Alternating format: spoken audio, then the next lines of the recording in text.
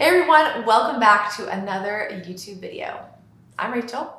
And I'm Jessica, and we are the Occupational Therapy Assistants with Harkla. And today we are going to talk all about 5 signs of potentially retained reflexes that you will see in the classroom. So first we want to do a quick overview on what primitive reflexes are. This is going to be quick and simple, and if you want more information on primitive reflexes, we have a whole bunch of resources in the description. So the first thing that we want to touch on is primitive reflexes are developed at birth in utero, and they are here to help keep the infant safe. Everyone is born with primitive reflexes, but the kicker here is that they should mature and integrate into more mature movement patterns. That's the typical development. But when they don't, that's when we see these retained primitive reflexes, and that's when they can really inhibit these higher level cognitive processing skills in a child and an adult as well. Now that you know a little bit about primitive reflexes, we want to talk about what retained primitive reflexes might look like in a child in the school setting.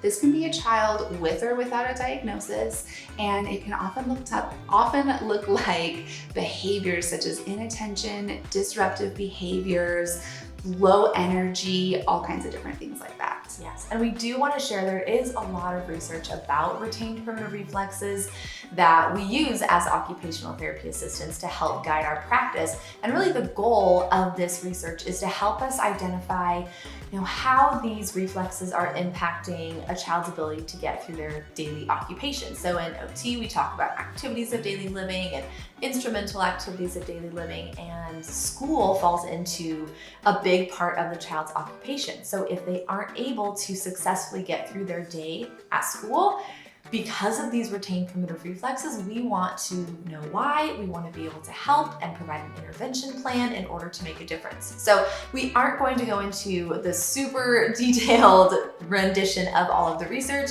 but if you are curious and you want to learn more, we'll put the research information in the description below this video so you can check it out if you're bored at night, 2 in the morning and canceling. The important thing to remember here is that there are a lot of kiddos in the school systems who have retained primitive reflexes. But no one knows about it. No one talks about it, which is why we're here talking about it. Let's jump into 5 signs that a child in the school might have a retained primitive reflex. So the first thing that we might see is a child that's struggling to just sit still in class. And this can be due to a variety of reasons, but if we're looking at it from the perspective of a retained primitive reflex, it could be caused from a retained spinal Galant reflex. Now, if you aren't sure what that is, we do have a ton more resources on that specific reflex. We will link it in the description. But this reflex can make a child feel as if they have ants in their pants because of the way that the tactile input from the chairs is really eliciting that reflex on the spine. And oftentimes this can be also from their clothing that they're wearing. If their clothing is too loose and it's providing a lot of input to their back, then that can activate that response from that retained primitive reflex. And these are the kiddos who really just cannot pay attention. They cannot sit still. They might look like the bad kid in class because they're constantly moving, they're getting up and moving around, and they're really struggling. The other crazy thing about this reflex is it can potentially cause bedwetting for kiddos beyond the nighttime bedwetting age. So around 5 to 6 years old, if a child is still wetting the bed at night, then it's definitely important to rule out this reflex and see if that could be the cause. So number 2 is going to be difficulty copying from the board. So these are the kiddos who maybe really, really dislike any activity that requires them to move their eyes and their head from the board down to their desk to copy or look back and forth. So the reflexes that are associated with this challenge, or that might be associated with this challenge, are the ATNR and the STNR. And again, we have all of the info on these reflexes down in the description, but these reflexes are elicited by head position changes and head movements. So head movements up and down and even side to side can cause challenges with vision and even challenges with coordinating upper body movements. Who knew? We knew. We know, now you know. Okay, the next one we want to talk about is poor coordination. And this is really related to all of these 5 common reflexes that we deal with as occupational therapy assistants. But you can see these challenges in coordination outside on the playground, during PE, during music, during, just sitting in the classroom, working on desk work, and like Jessica said, copying from the board. That does take coordination, tripping over things that maybe the rest of the kiddos are able to step over, or they're able to see in their environment. So definitely look into the poor coordination aspect for these kiddos. Number 4 is going to be anxiety. Now this is high anxiety, fight or flight responses, child who's very fearful of being on the playground or hypersensitive to certain things like different sounds in the classroom. And this can often be related to a retained Moro reflex, which if you have ever heard of the startle reflex, that's the Moro. So in infancy, we see it as a baby who startles at loud noises or sudden movements. And if this reflex is retained, it can cause anxiety in these older children. And what's happening is those chemicals, those fight or flight chemicals, are being constantly released through the body. So they're constantly in a state of fight or flight, which just really impacts their ability to get through their day, especially at school. There's no way for them to get through their day successfully. Even just changes that are coming up in their daily routine, they're not able to process and have that flexible thinking in order to get through just having a substitute in class, or maybe lunch was different, they weren't expecting to have corn dogs for lunch and that's what they got. So they're freaking out and they're having these big reactions to these smaller problems, what we would consider smaller problems. Number 5, we are looking at poor sense of time, space, orientation, organization.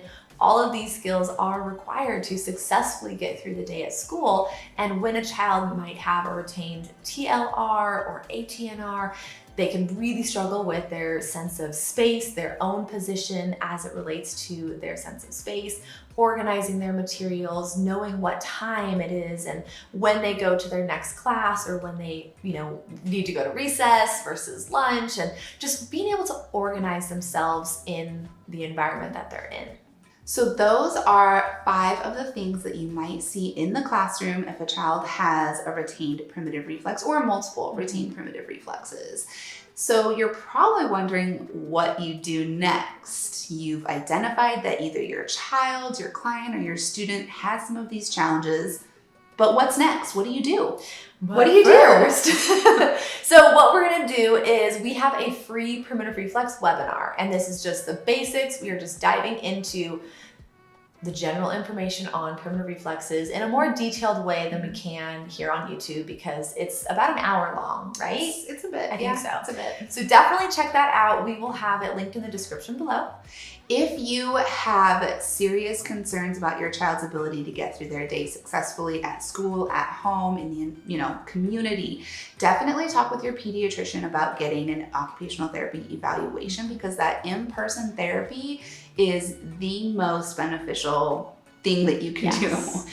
And if you are an occupational therapist or occupational therapy assistant and you're working with these kiddos who have these challenges at school, check out that primitive reflex webinar. And then we also have a full course on primitive reflexes, which we really dive into testing for primitive reflexes, giving you specific exercises for each primitive reflex, plus functional activities to incorporate through the day that also address primitive reflexes. Yes, we are obsessed with primitive reflexes. If you can't tell, we love spreading the word about this hidden challenge that these kids can be having due to the primitive reflexes. So check out those resources. If you have questions, leave them in the comments section below.